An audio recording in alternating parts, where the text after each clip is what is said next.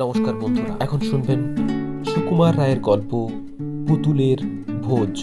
পুতুলের মা খুকি আজ ভয়ানক ব্যস্ত। আজ কিনা ছোট্ট পুতুলের জন্মদিন, তাই খুব খাওয়ার ধুম লেগেছে। ছোট্ট টেবিলের উপর ছোট্ট ছোট্ট থালাবাটি সাজিয়ে তার মধ্যে কি চমৎকার করে খাবার তৈরি করে রাখা হয়েছে, আর চারিদিকে সত্যিকারের ছোট্ট ছোট্ট চেয়ার সাজানো রয়েছে পুতুলেরা বসে খাবে বলে। খুকির যে ছোট দাদা, তার কিনা 4.5 বছর বয়স, তাই সে বলে পুতুলেরা খেতেই পারে না, তাদের আবার জন্মদিন কি? কিন্তু খুকি সে কথা মানবে কেন?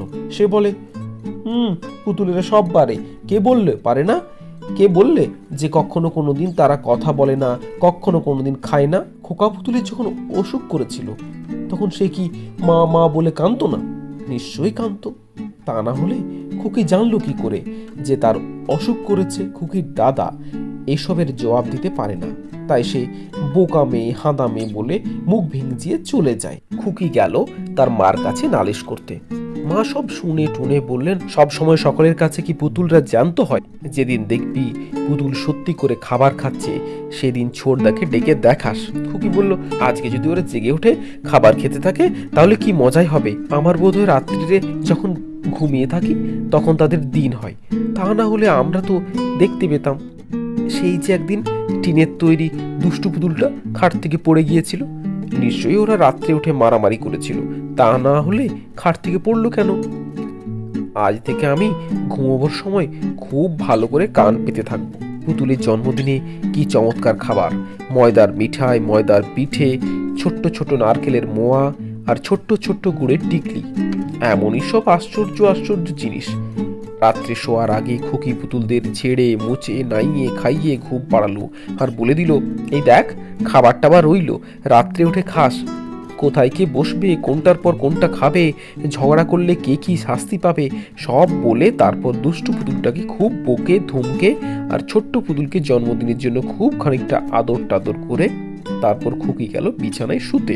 যেমনি শোয়া অমনি ঘুম। খুকিও ঘুমিয়েছে, আর অমনি ঘরের মধ্যে কাদের টিপ টিপ পায়ের শব্দ শোনা যাচ্ছে। তাদের একজন খুকুমণির জুতোর কাছে, ঘরের কোণে ছবির বইগুলোর কাছে, পুতুলদের চাদর ঢাকা খাটের কাছে ঘুরে বেড়াচ্ছে, এটা ওটা শুঁকছে আর কুটুর কুটুর করে এতে ওতে কামড়িয়ে দেখছে। খানিকটা বর্ণ পরিচয়ের পাতা খেয়ে দেখলো, ভালো লাগলো না। জুতোর ফিতেই চিবিয়ে দেখলো, তার মধ্যে কিছু রস নেই। টিনের পুতুলটাকে কামড়িয়ে দেখলো, ওরে বাবা কি শক্ত। এমন সময় হঠাৎ অন্ধকারে তার চোখ পড়লো টেবিলে সাজানো ওসব ঘিরে। দৌড়ে চেয়ার টেবিল উল্টে এক লাফে টেবিলের উপর চড়ে সে একটুখানি শুকেই ব্যস্ত হয়ে বলল, কিচকিচ কিচকিচ কিচ। তার মানে, ওগো শিগগির শিগগির এসে দেখে যাও। অমনি টিপ টিপ টুপ টুপ ট্যাপ ট্যাপ থপ করে সেরকম আরেকটা এসে হাজির। ঠিক সেরকম লোমে ঢাকা ছাই রং, সেরকম সরু ল্যাজ, আর সেরকম চোখা চোখা নাক আর মিটমিটে কালো কালো চোখ। দুজনে উৎসাহ আর ধরে না, টপা টপ খাচ্ছে আর তাদের ভাষায় কেবলই বলছে, এটা খাও ওটা খাও, এটা কি সুন্দর, ওটা কেমন চমৎকার। এমনি করে দেখতে দেখতে জন্মদিনে যত খাবার সব চেটে পুটে শেষ। সকালবেলায় খুকি উঠে দেখলো, হোমা কি আশ্চর্য, সব খাওয়া শেষ হয়ে গেছে। কখন যে পুতুলগুলো জেগে উঠলো, কখন যে খেলো আর কখন যে আবার ঘুমোলো, কিছুই সে টের পায়নি।